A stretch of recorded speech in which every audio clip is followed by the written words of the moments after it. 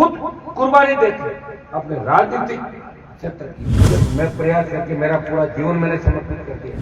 इसलिए भाई उनको तैयारी करो, एकजुट रहो। मैंने बीजेपी, कांग्रेस और सरकारें नहीं देखी, मैं किसान के लिए लड़ता रहा। प्रयास किया कि मेरा फ्यूचर, मेरा नागौर इस राजस्थान में आगे बढ़े।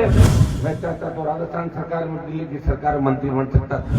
हर तरह के लोगों से लड़ा, हार्डकोर अपराधियों से लेके बड़े नेताओं से लड़ाई लड़ते रहते हैं। यहाँ पे पहुंचे, कोशिश ये करेंगे किसान को एक बार कर्ज मुक्त करें।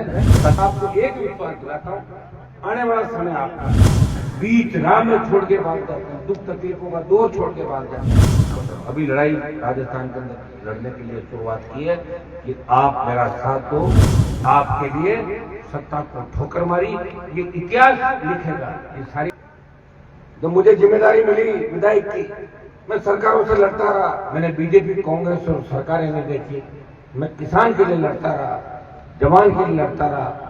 जहाँ जवान, किसान और समाज और हमारा सम्मान नहीं हुआ, उस जगह को मैंने तत्काल छोड़ दिया और विरोध में जाके खड़ा हुआ।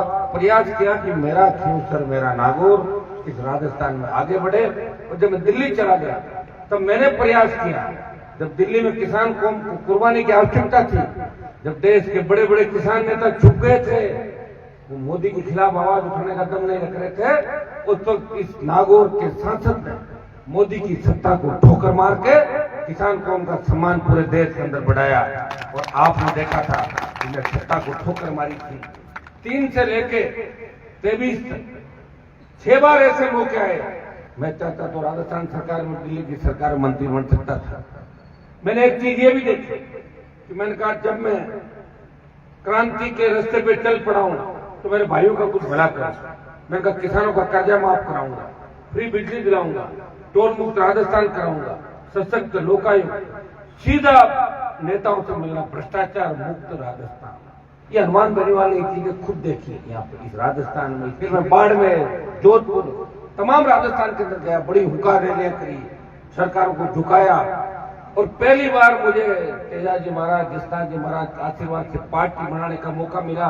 बड़े बड़े नेता हुए राजस्थान के अंदर, जिनके नाम से लोग कहते मेरे दादाजी थे, परदादाजी जी थे।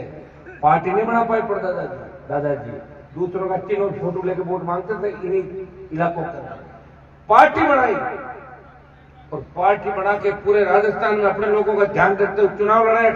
खुद कुर्बानी देके अपने राजनीतिक क्षेत्र की। जब कोई किसी किसान की फसल नष्ट हो जाए, कहीं आग लग जाए, कहीं किसान अगर परेशान हो जाए तो सरकार की तब तक लगा के नहीं देखना पड़े कि सरकार मुआवजा दे।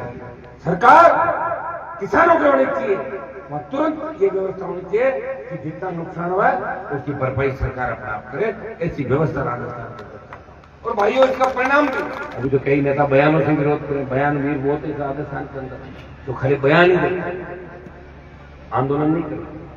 मैंने कई नेताओं को देखा, वो कह हमारी लड़ाई चल रही है। 20 साल पहले कहाँ था, 20 साल पहले हमारा उदय नहीं हुआ था। 25 साल से मैं लड़ रहा हूँ खुद राजस्थान के अंदर, हर तरह के लोगों से लड़ा, हार्डकोर अपराधियों से लेके बड़े नेताओं से लड़ाई लड़ते रहते हैं। यहाँ पे पहुंचे, कोशिश ये करेंगे किसान को एक बार कर्ज मुक्त करें ताकि बूस्टर डोज किसान को मिले। कर्जा माफ हो, कर्जा माफ मतलब पूरा कर्जा माफ हो।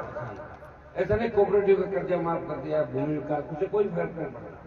पूरा कर्जा माफ करो। जिस तरह धन्ना सेठों का 15 लाख करोड़ का कर्जा पिछले सरकारों ने माफ किया, उसी तरह किसान का कर्जा माफ हो, फ्री बिजली मिले, टोल मुक्त हो, सशक्त लोकायुक्त। ये हमारे मुद्दे राजस्थान के अंदर रहेंगे। प्रयास मेरा जारी रहेगा। जो आपको एक विश्वास दिलाता हूँ, आने वाला समय आपका मजबूत रहे, तैयार रहे, विकास की कमी नहीं रहेगी। दिल्ली का पैसा लोकसभा किसी में खर्च हो रहा तो नागौर लोकसभा के अंदर, और देश के प्रमुख 10 सांसदों में जिसने सबसे ज्यादा लड़ाई लड़ी उसमें 10 एमपी में नागौर के एमपी का नंबर है 543 10 एमपी।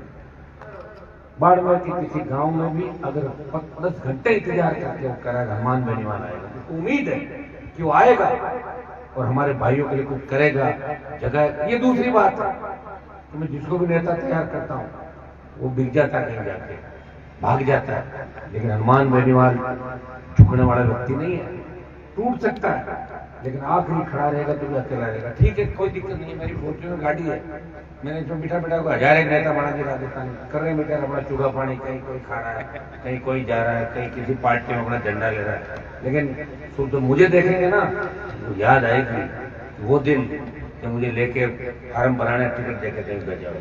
ये मुझे तकलीफ है कि मैं राजस्थान के अंदर सरकार बनाने की बात कर रहा हूँ, लेकिन सरकार तो जब बनेगी विधायक बनेंगे, तो विधायक जब बनेंगे तो लड़ना पड़ेगा, और लड़ते लड़ते फिर जो भी लड़ेगा साथ में भाग जाएगा, तो सरकार कैसे बनेगी? चिंतन का विषय है, चिंता करनी चाहिए सब लोगों को। आपको फिर मुझे क्या पड़ी, मैं क्यों 20 साल मेरे खराब करूँ? मैं भी पाड़े बदलता भाषा तो लोग रितपाल मिर्जा की गाने में सुनते हैं, उसमें ताली बजाते हैं, और मुझे भी सुन रहा। फर्क क्या है? रितपाल कह रहा है मैं तो 1.5 करोड़ फॉलोवर है, मैं तो अमेरिका तक चल रहा, बात करती है ना। अब बताओ कितने लोग ताली बजाते हैं?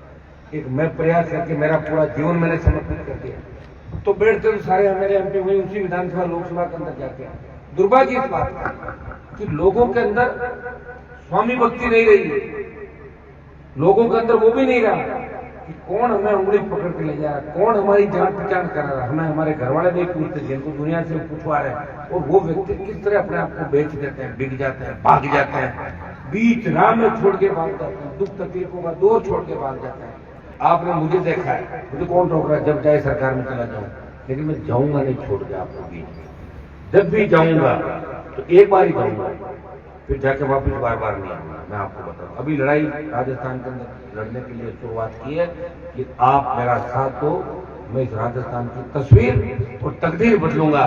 मैं तो मेरी जगह खड़ा हूं, लेकिन सत्ता में आने के लिए बहुत सी सीटें थी, बहुत से लोग थे। एक दिन में बदलाव नहीं होता। तो अंग्रेज आए थे व्यापार करने, और 150 साल राज करके चले गए हिंदुस्तान का, यहाँ समय लगेगा। और ये जो बच्चे छोटे पीढ़ी ये देख रहे, सेकंड थर्ड, ये जो बच्चे ये बदलाव के लिए तैयार बैठे हैं। और आप बजरी के लिए लड़ा, गरीबों के लिए बजरी बताओ, उसमें भी कह दिया हनुमान जी जातिवाद कर रहा है। मैंने कहा बजरी फ्री दो, फिर अपनी जाति के इतना ही जातिवाद की बात करते हो, अपनी जाति की बजरी फ्री कर दो, मैं आंदोलन बंद कर देता हूँ, इससे ज्यादा तो मैं क्या कर सकता हूँ? लेकिन भाइयों, बदमाशों के खिलाफ लड़ना, आपकी सेवा करना और ईमानदारी से काम करना। एक बात जरूर आएगी कि देश की सबसे नई पार्टी थी, नई पार्टी बनी जिसका मान्यता मिली, और जब देश के किसानों को आवश्यकता पड़ी, उस नई पार्टी के नौजवान ने जिसने कहा था कि मेरी पार्टी किसान और जवान की पार्टी है, और किसानों जवानों को जरूरत पड़ेगी। चाहे आर्मी के अंदर जवानों को जब आर्मी को ठेके पे दिया, चाहे पहलवान बेटे जब न्याय के लिए बैठी थी, या किसान को उनको आवश्यकता पड़ी, तो हनुमान बेनीवाल ने किसानों की उस पार्टी को समर्पित कर दिया। आपके लिए सत्ता को ठोकर मारी, ये इतिहास लिखेगा, ये सारी बातें इतिहास में लिखी जाएगी। इसलिए भाई उठो, तैयारी करो, एकजुट रहो। हनुमान जी जातिवादी रहता है, मेरे घर पर हजारों की भीड़ आती है, देखते हो आप।